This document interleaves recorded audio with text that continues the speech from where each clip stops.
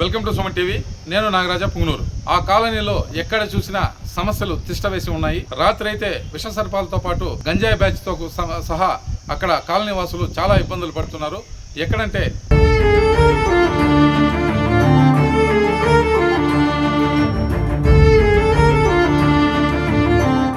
పుంగనూరుకు 3 కిలోమీటర్ల దూరంలోని జగనన్న కాలనీలో ఈ విధమైన సమస్యలు ఉన్నాయి.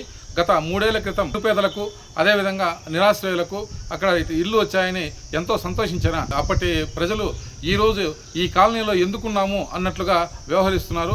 ఏమంటే కనీస అవసరాలైనటువంటి మంచినీరు, అదేవిధంగా పారిశుద్ధ్యము, అదేవిధంగా వీటితో పాటు అనేక సమస్యలు అక్కడ ఉన్నాయి.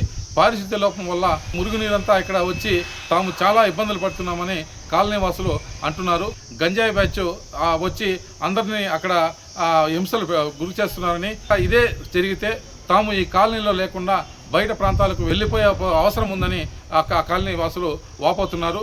జగనన్న కాలనీ యొక్క సమస్యలు పరిష్కరించాలని వారు కోరుకుంటున్నారు. వారి మాటల్లోనే విందాం పదండి.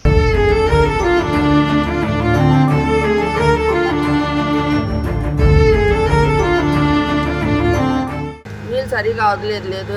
గంట సేపులో వదులుతామ్మా, మీకు ఇష్టంగా ఉంటే పట్టుకుండా నడుపుకుండా ఎవరు చెప్పుకుంటే వాళ్ళు చెప్పుకోబడినా అంటే అయితే మేము ఆటికి పోతాం పుంగూరికి, ఆడిపోయి చెప్తామంటే చెప్పుకోబడినా అంటారు. మాకు నీళ్ళు వదిలితే చాలు. మాకు ఈ మాదిరి బిడ్డలు చిన్న చిన్న పిల్లలు ఉండే పని 4-5 మంది ఉంటాము.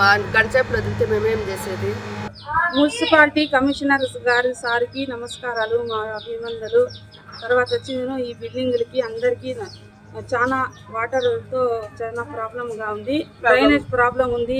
ఇంట్లో చాలా మంది ఉన్నారు, పిల్లలు, చిన్నలు, పెద్దలు అంతా నీళ్ళు చావడం లేదు. ఇప్పుడు లైట్లు అంతా ప్రాబ్లాలు వస్తున్నాయి. తర్వాత వచ్చి 10 రూపాయలు నీళ్ళు బిల్డింగ్లు కొనుక్కొని వాడుకుంటున్నాము.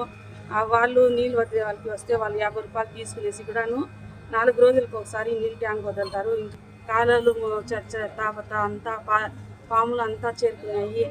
చాలా ఇబ్బందిగా ఉంది. మనకు అందరికీ చాలా సమస్యలు. దయచేసి మనకు ప్రాబ్లం ఉండేది క్లియర్ చేయండి. ప్రస్తుతానికి వాడుకునే కూడా నీళ్ళు అనేది రావడం లేదు. ఒక రోజులో హాఫ్ డే వస్తాయి లేదా 1 అవర్ వస్తాయి అంతే నీళ్లు. మిగతా డే బై డే వేస్తాడు అతను నీళ్లు, అది 1 అవరే వేస్తున్నాడు.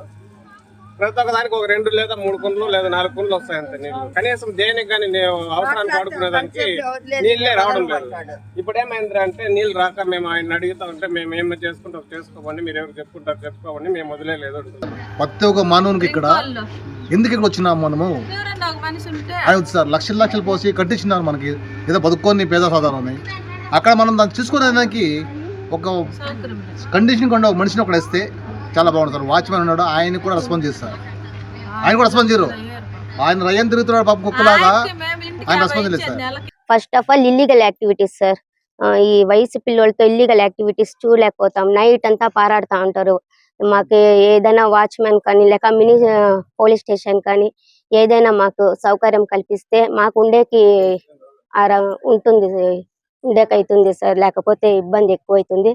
తర్వాత ఈ ట్రాన్స్ఫార్మర్స్ కూడా ఎక్కువ దిగువ పెట్టేస్తున్నారు సార్. పిల్లోళ్ళు తెలియకుండా పోయి టచ్ అయినా కూడా వైర్లన్నీ కిందే ఉన్నాయి. అందుకని మాకు ఎక్కువ ఇబ్బందిగా ఉంది.